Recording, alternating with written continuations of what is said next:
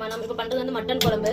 அதுக்கு வந்து தேவையான பொருட்கள் அதுக்கு பாருங்க, சோம்பு, சீரகம், மிளகு, பட்டை, இது வந்து பூ, இது பேர் என்னன்னு எனக்கு தெரியாது. நம்ம வந்து கிராம்பு இதெல்லாம் போட்டு சட்டியில போட்டு வதக்கிக்கலாம். சட்டி சூடாக நட்டி போட்டுக்கோங்க. ஒரு மாதிரி ப்ரௌனா கொஞ்சம் சூடாக நட்டி இப்படி வதக்கிக்கலாம். 10 வரமிளகா சேர்த்துக்கிறேன். வரமிளகா நல்லா இப்படி வதக்கிக்கோங்க.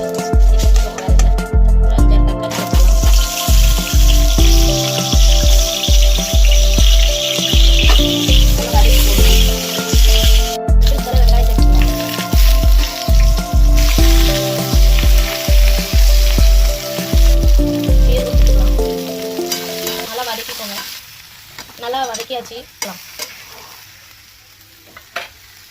நல்லா வரைச்சிக்கலாம்.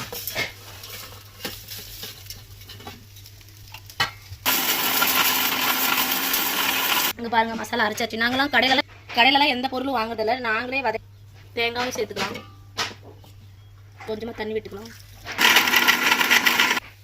தேங்காயும் மசாலாவும் அரைஞ்சிருச்சு. தக்காளி போட்டுக்கலாம். வதக்கின தக்காளி சேர்த்துக்கலாம். நல்லா நேராக அரைச்சிக்கோங்க. அரைச்சிட்டு மசாலா நல்லா அரைஞ்சிச்சு பார்த்துக்கோங்க. இப்போ நம்ம அடுத்தது வந்து மட்டன் கழுவிக்கலாம். மட்டன் பாருங்க, நான் 1/2 kg தான் வாங்கியிருக்கோம். நல்லா இருக்குது மட்டன். நல்லா இலாட ஆட்டுது. சூப்பராக இருக்கும். நல்லா கழுவிக்கோங்க. 2 தடி மட்டும் வாஷ் பண்ணிக்கோங்க. நிறையா வாஷ் பண்ணால் டேஸ்ட் போயிடும். சரிங்களா? அந்த டைம் வாஷ் பண்ணால் அவ்வளோதான். இனிமேல் வாங்க தாளிக்கலாம். மட்டன் குழம்பு வைக்கலாம்.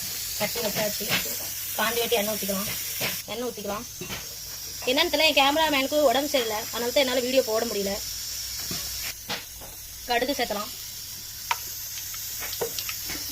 என்னடா இதை கருப்பில் தலையா தக்காளியா வதக்கிட்டே இருக்க மாட்டேன். தக்காளி கருப்பில் தலை எல்லாமே உடம்புக்கு நல்லது. அதனால நான் ரொம்ப கருப்பில் சாப்பிடலாம். கருப்பில் வந்து முடி நல்லா வளரும் பார்த்துக்கோங்க. நிறைய கருப்பில் சேர்த்துக்கோங்க, முடி நல்லா வளரும். மட்டன் சேர்த்துக்கலாம். நல்லா உப்பு போட்டு நல்லா உப்பு தேவையான அளவு உப்பு போட்டுக்கோங்க. உப்பு வந்து கறியில் நல்லா பிடிக்கணும்.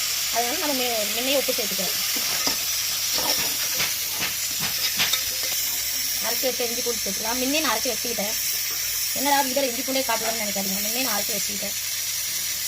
மட்டனில் வந்து சுவை இறங்கும். உப்பு, இஞ்சி பூண்டு இதெல்லாம் இறங்கணும். அதனால நல்லா அப்படி வதக்கிக்கோங்க. நல்லா அப்படி நேராக வதக்கிக்கணும்.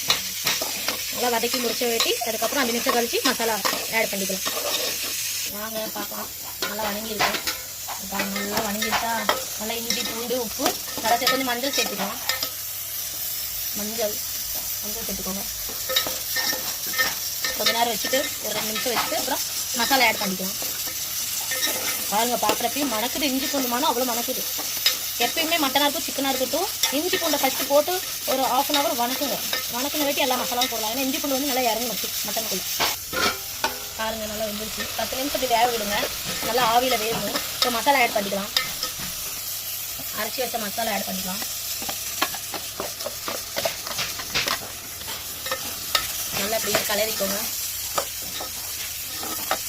கொஞ்சம் தண்ணி ஊற்றிக்கலாம். மட்டன் வேகணும் இல்லையா, நல்லா தண்ணி ஊற்றிக்குவோம்.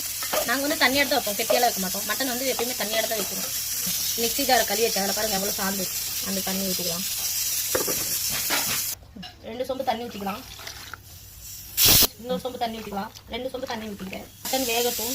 நல்லா வேகணும். மட்டன் நல்லா குக் ஆயிடுச்சு. நல்லா வெந்துருச்சு பாருங்கள். மட்டன் சூப்பராக வெந்துருச்சு. இங்கே பாருங்கள், நல்லா வெந்துருச்சு மட்டன். மட்டன் தண்ணி குழம்பு ரெடி.